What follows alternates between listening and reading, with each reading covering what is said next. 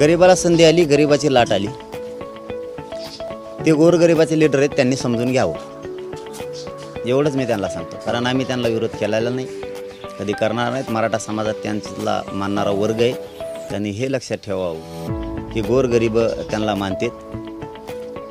मराठा हा ओबीसी आरक्षणात पहिल्यापासून आणि मराठ्यांना ओबीसी आरक्षणात जाण्यापासून कोणीच रोखू शकत नाही. ओबीसीतून मी आरक्षण घेणार आहे आणि मराठ्यांना मिळवून देणार आहे. फक्त त्यांनी गोरिबाच्या बाजूने उभा राहावं ही प्रत्येकाला अपेक्षा. वंचित आणि गरिबांच्या बाजूने त्यांनी उभा राहावं.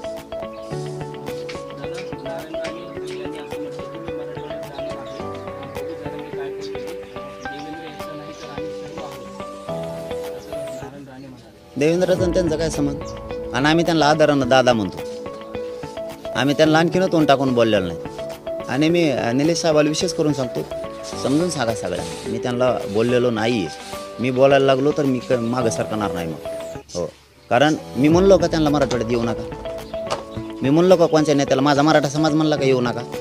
काय करतो ते बघू. म्हणजे का धमक्या द्यायला लागले का तुम्ही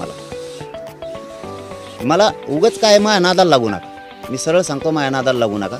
तुम्ही तिकडं कोणाच्या नादाला लागा, माया नादाला लागून तुमचा पचका करून घेऊ नका तुम्ही. म्हणजे क्लिअर सांगतोय मी.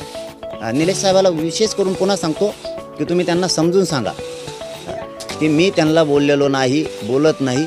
तुम्ही विनाकारण मला डोचू नका त्या देवेंद्र फडणवीससाठी. देवेंद्र फडणवीसने हे ठरवलं का आता दादा अंगावर घालायचं आमच्या मराठ्याच्या नादी लागणं एवढं सोपं आहे का? मराठ्याच्या नादी लागणं एवढं सोपं आहे का? आणि तुम्ही मला आव्हान द्यायला लागले. मी मराठवाड्यात जातो, काय करतो ते बघतो. मी म्हणलो की तुम्ही येऊ नका, मग बघतो तुमच्याकडे आल्यावर. मी जर धमकी दिली ना, कुठंच नाही फिरता येणार, कुठंच. मराठवाड्याचं तर सोडूनच द्या, कुठंच. इतकं खालच्या दर्जाचे विचार मी नाही करत. दादा मोठे नेते आहेत, त्यांनी किती तोलून मापून बोलायला पाहिजे, किती तोलून मापून शब्द काढले पाहिजेत. आपण एक दिवस समाजाचं काम केलेलं आहे त्यांनी 16% आरक्षणासाठी. याचंही त्यांनी लक्षात ठेवलं पाहिजे का ते देवेंद्र फडणवीस ऐकून काही बी देवेंद्र फडणवीस एकटा नाही. आणि त्याचं काय 1,500 लोक आले तर ते काय करणार आहेत? आमचं काय करणार ते? देवेंद्र फडणवीस या धमक्या द्यायला लावल्या का आता? देवेंद्र फडणवीस एकटा नाही, आम्ही सगळे सोबत आहेत तुमच्या. तुम्ही काय सोबत आहेत सगळे? काय करणार आहेत तुम्ही? मराठी एकदा नादाला लागले ना, तुम्ही काहीच करू शकत नाहीत. देवेंद्र फडणवीस म्हणला उगाच नीट राह, नको मराठ्याच्या अंगावर घालून नीट राह, येडवून करू नको लई. तुला वाटत असेल ही मराठ्यांची फौज गोळा केल्यावर काय होईल? सुपडा साफ होईल, सुपडा साफ राज्यात. हे असे जर मराठी अंगावर घातले ना, तुम्हाला आणखीन सांगतो फडणवीस साहेब, एक सीट नाही येऊन द्यायची तुमची, एक बी राज्यात. तुम्ही लय भानावर येऊन काम करा, थोडं लय मस्तीचं सत्याचा गैरवापर नका करू फडणवीस साहेब. तुम्ही मराठ्याच्या अंगावर घालू नका.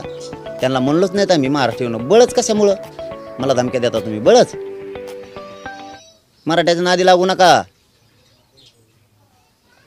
दादा, मराठा समाजाला जर राग काढायचा असेल त्यांनी शरद पवारांवर काढावं. 40 वर्ष त्यांनी आरक्षण दिलं नाही, उद्धव ठाकरेंच्या काळात आरक्षण दिलंय असं राम कदम यांनी म्हटलं. दहीहंडी